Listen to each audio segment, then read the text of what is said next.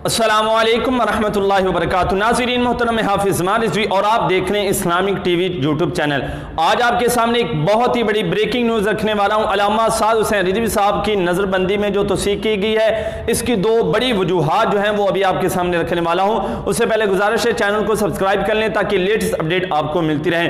तो नाज़रीन मोहतरम, मैं आपको बताता चला जाऊँ, ये जो अभी आप स्क्रीन पर देख रहे हैं ट्वीट जो है ये फ्रांस का ट्वीट है और ये ट्वीट अब गर्दिश कर रहा है, लेकिन आपको मैं बताता चला जाऊं कि ये अब का ट्वीट नहीं, ये पहले का ट्वीट है और इसके अंदर इस बात की वजाहत की है अल्लामा साद हुसैन रिजवी साहब को रिहा ना किया जाए और जो तहरीक लब्बैक पाकिस्तान है उसको हमेशा के लिए कलाअदम किया जाए। और ये हमारी जो हुकूमत है ये अपने जो यहूदी आकैन को खुश करने की कोशिश कर लिए, लेकिन वो खुश होने वाले नहीं हैं। और दूसरा ये कि पीर इनायतुल हक शाह साहब ने भी इस बात की वजाहत की है कि तमाम कारकुनान ने अमन व सुकून के साथ रहना है, कोई ऐसा कदम नहीं उठाना कि जिसकी वजह से तहरीक को नुकसान पहुंच सके। तो तमाम कारकुनान कोई ऐसा कदम ना उठाएं कि जिसकी वजह से तहरीक को नुकसान हो। इंशाअल्लाह अल्लामा साद हुसैन रिजवी साहब का जो कल को एक बड़ा फैसला होना है, रिहाई के मुतवक्के एक बहुत बड़ा फैसला है। अल्लाह जो ही वो फैसला आएगा वो भी आपके सामने रखा जाएगा।